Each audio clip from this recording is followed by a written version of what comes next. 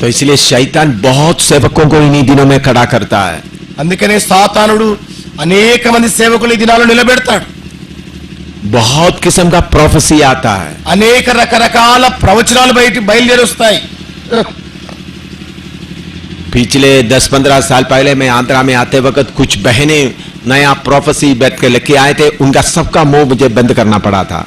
మరి 15 సంవత్సరాల క్రితం 12-13 साल पहले 12-13 సంవత్సరాల క్రితం हैदराबाद में నేను ఆంధ్ర రాష్ట్రానికి వచ్చినప్పుడు హైదరాబాద్ లో సహోదరులు ఎన్నెన్నో ప్రవచనాలు చెప్పేవాళ్ళు. వాళ్ళ నోరు మూయించాల్సి వచ్చింది. कुछ सिस्टर लोग आकर बपतिस्मा भी देना शुरू किया. కొంతమంది సిస్టర్లు వచ్చి బాప్తిస్మాలు కూడా ఇవ్వడం మొదలు పెట్టారు. इधर से फिर मुझे सबको बंद करना पड़ा. ఇక నేను ఇక్కడ ఉన్న అందరిని కూడా బంద్ చేయాల్సి ఆఫ్ చేయాల్సి వచ్చేసింది. उनके खिलाफ पब्लिक में वचन लेकर प्रचार करना पड़ा. మరి వారికి వ్యతిరేకంగా ప్రజలందరి ఎదుట వాక్యముని తీసుకొని ఖండించాల్సి వచ్చింది. फिर उन लोग कुछ लोग रोया, कुछ लोग ठीक हो गया. మరి వాళ్ళు కొంతమంది ఏడ్చారు, కొంతమంది సరి చేసుకున్నారు. मैंने बोला ऐसा सेवा नहीं करना, पूरा सेवा वचन के अनुसार होना. నేను చెప్పాను ఇలాగ సేవ జరగొద్దు, సేవ అంతా కూడా వాక్యానుసారమైనది ఉండాలని చెప్పి. अगर वचन के अनुसार सेवा नहीं करेगा तो प्रभु कबूल नहीं करेगा. మరి వాక్యానుసారమైన సేవ చేయనట్లయితే దేవుడు అంగీకరించడని చెప్పాను. तो इसलिए मेरे प्यारों, शैतान एंजल ऑफ लाइट की तरह काम करता है. आप उसके ऊपर जय पाना है. అందుకే ప్రియులారా, మరి సాతానుడు వెలుగుదూత వేషం వేసుకున్న వాడి వాళ్ళే పని చేస్తుంటాడు. మరి మనం వాడిని గుర్తించాలి. अभी नबूवत चलता समय में, प्रोफेसी चलते समय में, మరి ఇప్పుడు ప్రవచనాలు జరుగుతున్న సమయంలో एक आदमी प्रोफेसी करे, बाकी उसको जांचे ये सही है या नहीं. మరి ఒక వ్యక్తి ప్రవచిస్తున్నప్పుడు మరొక వ్యక్తి ఇది సరి అయిందా కాదా అని వివేచిస్తూ ఉండాలి. पहला कोरिन्थी 14 अध्याय का 29 पढ़िएगा. 1 Corinthians 14:29. కొరింథీ సంఘాన్ని రాసిన మొదటి పత్రిక 14వ అధ్యాయము 29వ వచనం.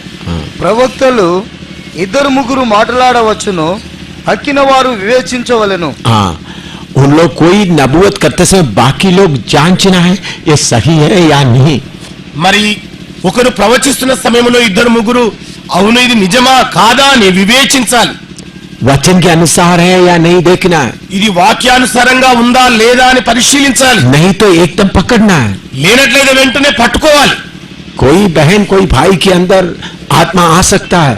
మరి ఏ సహోదరు లోపల గాని సహోదరు లోపల గాని ఆత్మ రావచ్చు. आत्मा कैसा प्रचार करे, नबूवत करेगा.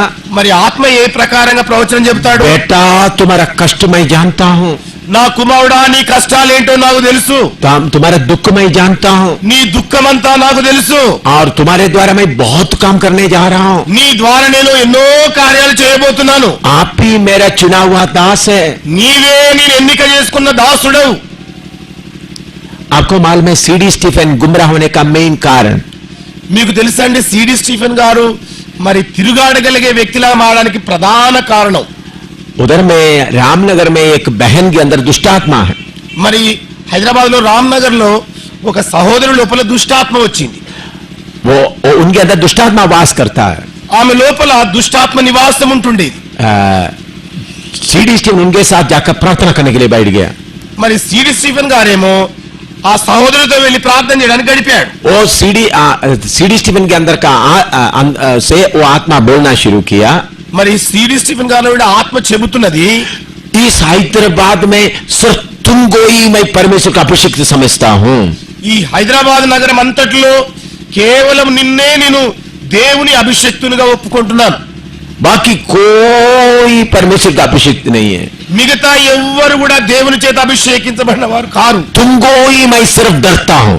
నీకే నేను భయపడతాను. बाकी किसी को नहीं डरता हूँ. మిగతా ఎవ్వరికి నేను భయపడను. और सीडी स्टीफन ऊपर हो गया. ఇక సిడి స్టీఫెన్ గారు ఉప్పొంగిపోయారు పైకి. वो आत्मा अंदर आ गया. ఆ ఆత్మ లోపలికి వచ్చేసింది. वो आत्मा जब तक सीडी स्टीफन के अंदर से नहीं जाएगा सीधा नहीं होगा. మరి ఆ ఆత్మ ఎప్పటి వరకైతే సిడి స్టీఫెన్ గారిలో నుండి బయటికి పోదో ఆయన సరికాలేడు. और कब वो आत्मा वापस बाहर जाएगा. మరి ఎప్పుడు ఆత్మ బయటికి వెళ్తుంది. जब सीडी स्टीफन को मालूम होगा मैं अपने आप को बढ़ाते हुए चल रहा हूं, मैं परमेश्वर के वचन के खिलाफ चल रहा हूं, प्रभु मुझे छुड़ाओ कर प्रार्थना जब तक नहीं करेगा छुटकारा नहीं होगा. మరి ఎప్పటి వరకైతే సిడి స్టీఫెన్ గారు నన్ను నేనే హెచ్చించుకుంటూ వాక్యానుసారం కాకుండా మరి గొప్పనైపోవాలనే భావం నుండి బయటపడడానికి వాక్యానికి లోబడి తాను సరి చేసుకోగలిగితే దేవుడు అతన్ని దాని నుండి విడుదల చేస్తాడు. ऐसा नहीं तो नहीं होगा.